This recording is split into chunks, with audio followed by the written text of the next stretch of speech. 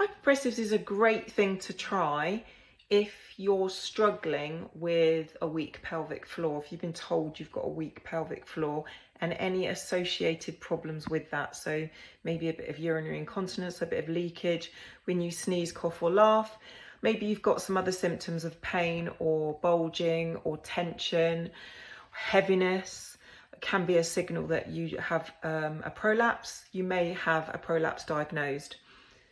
But hypopressives is a really good one to try as an alternative to traditional pelvic floor training, such as pelvic floor squeezes, just simply because pelvic floor squeezes work particularly on conscious control and muscle contraction, and muscles don't just work in that way. Muscles need subconscious innervation as well, which means that they need to work when you're not telling them.